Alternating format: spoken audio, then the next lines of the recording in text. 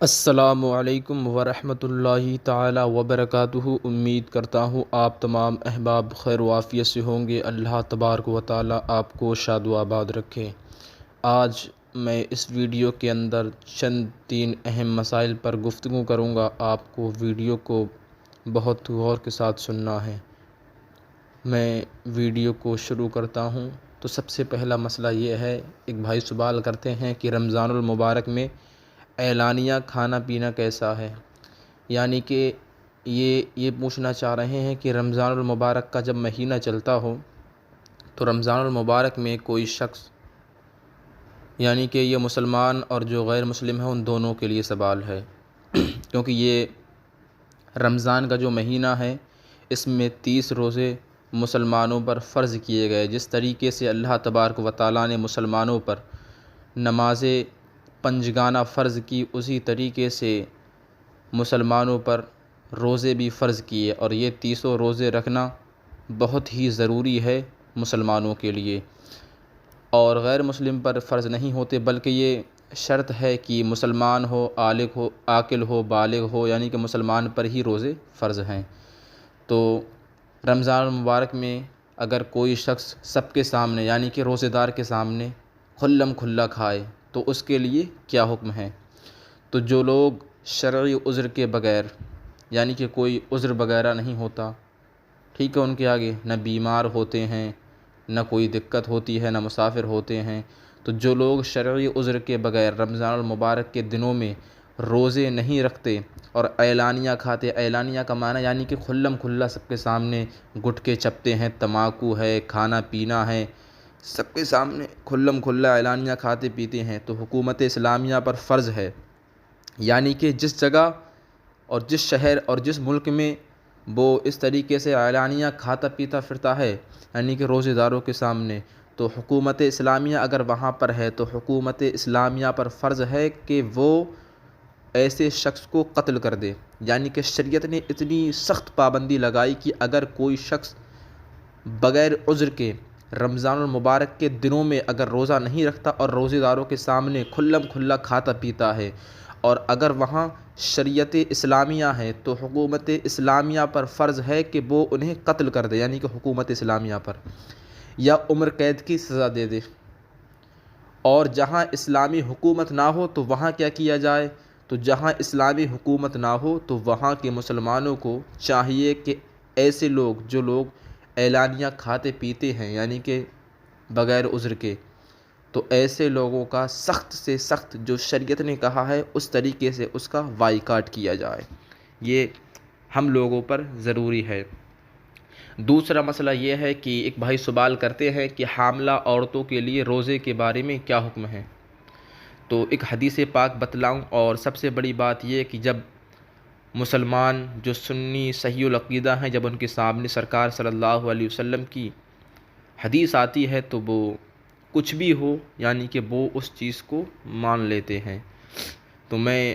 حدیث پاک پڑھ رہا ہوں، آپ غور سے سنیں۔ حضرت انس بن مالک کعبی رضی اللہ تعالی عنہ نے کہا کہ رسول کریم صلی اللہ تعالی علیہ وسلم نے فرمایا کہ اللہ تعالیٰ نے مسافر سے آدھی نماز معاف فرما دی، یعنی کہ کوئی شخص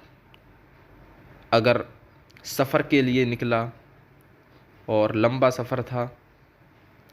یعنی کہ 100 کلومیٹر یا 90 کلومیٹر مان لو، اتنی دور کے وہ یعنی کہ اتنی دور کے لیے وہ نکلا مسافر، تو سرکار صلی اللہ علیہ وسلم نے فرما دیا کہ مسافر پر آدھی نماز یعنی کہ معاف فرما دی، آدھی فرض ہے۔ یعنی کہ مثال کے طور پر وہ صبح کے ٹائم نکلا، اور جب وہ سفر میں تھا، لگاتار سفر تھا اس کا، اور جب وہ نکلا گھر سے اپنے اور ظہر کی نماز کا وقت ہو گیا، اور تو وہاں پر 4 جو فرض ہیں تو وہ 4 کی جگہ 2 پڑے گا، اور 2 اس پر معاف ہیں۔ سرکار نے فرمایا کہ مسافر پر آدھی نماز معاف ہے، یعنی مسافر 4 رکعت والی فرض نماز 2 پڑھے، اور مسافر دودھ پلانے والی اور حاملہ عورت سے روزہ معاف کر دیا، یعنی کہ جو دودھ پلاتی ہیں اور حاملہ عورت جو حمل سے ہیں ان پر روزہ معاف ہے، یعنی ان لوگوں کو اجازت ہے کہ اس وقت روزہ نہ رکھیں، یعنی کہ جس وقت یہ حمل سے ہوں یا دودھ پلاتی ہوں تو ان کے لیے شریعت نے یہ اجازت دی ہے کہ یہ اس وقت روزہ نہ رکھیں، بعد میں جو روزے چھوڑے ہیں انہوں نے، یعنی کہ حالت حمل میں اور دودھ پلانے کی مدت میں، تو بعد میں ان روزوں کی قضا کر لیں۔ اور حضرت شیخ عبدالحق محدث دہلوی رحمۃ اللہ علیہ فرماتے ہیں، اس حدیث کے متعلق ہی فرماتے ہیں آپ، یعنی دودھ پلانے والی اور حاملہ عورت کو روزہ نہ رکھنے کی رخصت صرف اس صورت میں ہے کہ بچے کو یا خود اس کو روزے سے نقصان پہنچے، یعنی کہ جب نقصان پہنچنے کا خطرہ ہو کہ دودھ پلائے گی تو یعنی کہ دودھ نہیں پلائے گی، یا پلائے گی تو کوئی یعنی کہ عذر ہوگا یا نقصان ہو سکتا ہے، تو یعنی دودھ پلانے والی اور حاملہ عورت کو روزہ نہ رکھنے کی رخصت صرف اسی صورت میں ہے کہ بچے کو یا خود اس کو روزہ سے نقصان پہنچے، ورنہ رخصتی نہیں ہے۔ اور تیسرا سوال ہمارے بھائی یہ کرتے ہیں کہ حالت روزہ میں اگر حیض جاری ہو جائے تو کیا حکم ہے؟ یعنی کہ عورت کو روزے کی حالت سے تھی اور اسی حالت میں اگر یعنی کہ روزے کی حالت میں حیض جاری ہو گیا تو کیا حکم ہے؟ تو بھائی روزے کے دوران جس وقت بھی ماہواری شروع ہو جائے اس سے روزہ فوراً ٹوٹ جاتا ہے، یعنی کہ روزے کے دن چل رہے تھے اور وہ روزے سے تھی اور روزے کے دن میں ہی اس کو اگر یعنی کہ حیض جاری ہو گیا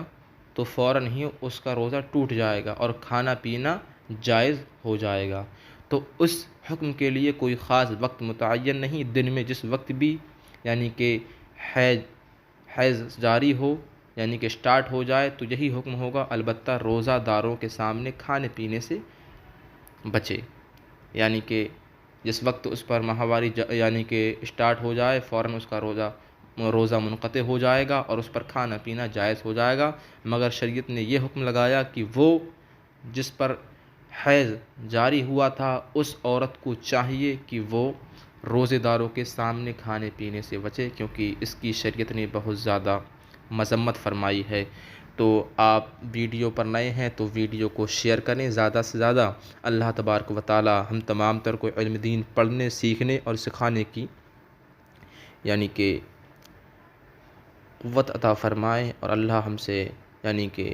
نیک کام لے۔ اللہ تبارک و تعالی ہم تمام تر لوگوں کو خوش رکھے۔ ملتے ہیں اگلی ویڈیو میں۔ السلام علیکم ورحمۃ اللہ تعالی وبرکاتہ۔